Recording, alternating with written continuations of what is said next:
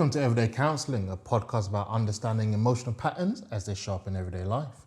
In this episode, we're going to cover some themes as to why some people avoid conflict completely, how silence can slowly create distance, and why the absence of arguments does not always mean the presence of closeness.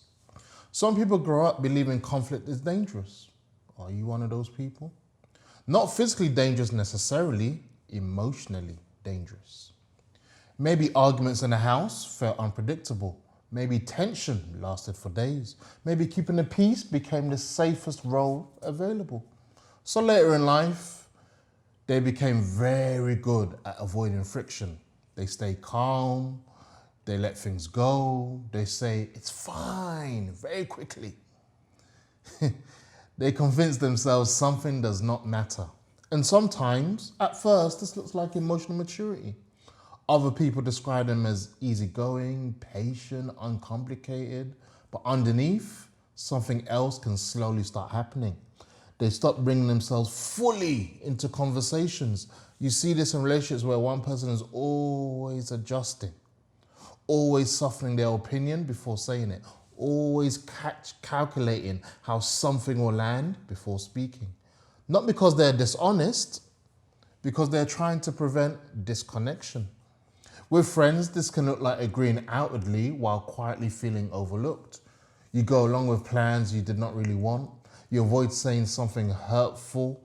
You avoid saying something hurt your feelings because you do not want to create awkwardness. With family, that F word. With family, it might mean swallowing irritation repeatedly because that's just how they are. With a parent, you stop challenging certain comments years ago because it never goes well. So now entire parts of yourself stay silent automatically.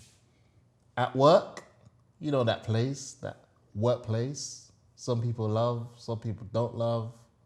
Conflict avoidance often sounds professional. You stay polite. You avoid difficult conversations. You send carefully worded messages instead of saying what is actually going wrong. You know what I'm talking about. You know that email you sent last week? You could have worded it differently, but because it's a work email, yeah, you had to type it in a professional way. Oh boy. Everything stays smooth on the surface, but avoidance has a cost. What is not expressed does not disappear. It usually turns into distance instead. That distance can feel confusing because there's not been a clear rupture. Nothing dramatic happened, no major argument, yet the connection feels thinner over time. People often assume healthy relationships are the ones without conflict, but real closeness usually involves honesty. And honesty sometimes creates friction. How do I look in this dress? How does this t-shirt look on me? Ooh, do you want my honest response? Not aggression, not hostility, just moments where two people are different. Different needs, different perspectives, different reactions. If conflict is always avoided, those differences never get worked through properly. One person adapts, the other remains unaware. And eventually resentment begins building quietly underneath politeness. This is why some relationships appear calm for years and then suddenly collapse. The collapse feels sudden to one person, but internally the disconnection started much earlier. Avoidance can also create loneliness because if people only know the edited version of you, they never fully know you. You might be liked, appreciated, relied upon, but not fully seen. This is the hidden tension in people-pleasing dynamics too. Someone becomes excellent at managing the emotional comfort of others while slowly disappearing from the interaction themselves.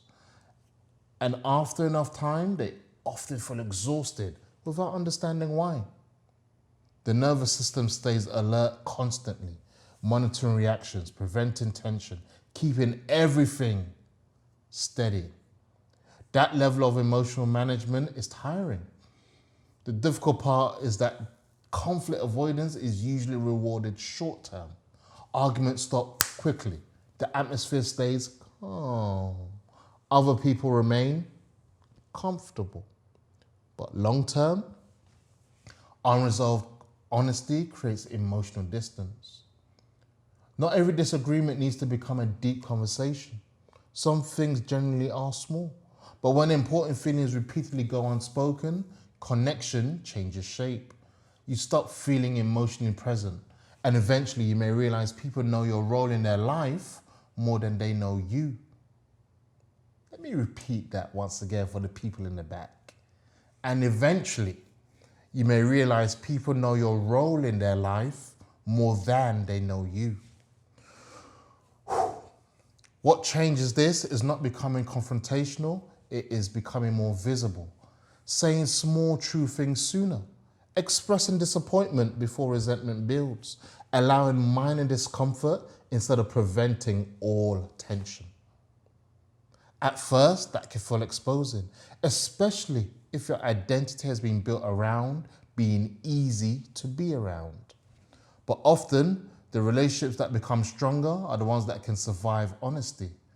Not perfect honesty, human honesty. Who in your life have you not been honest with recently?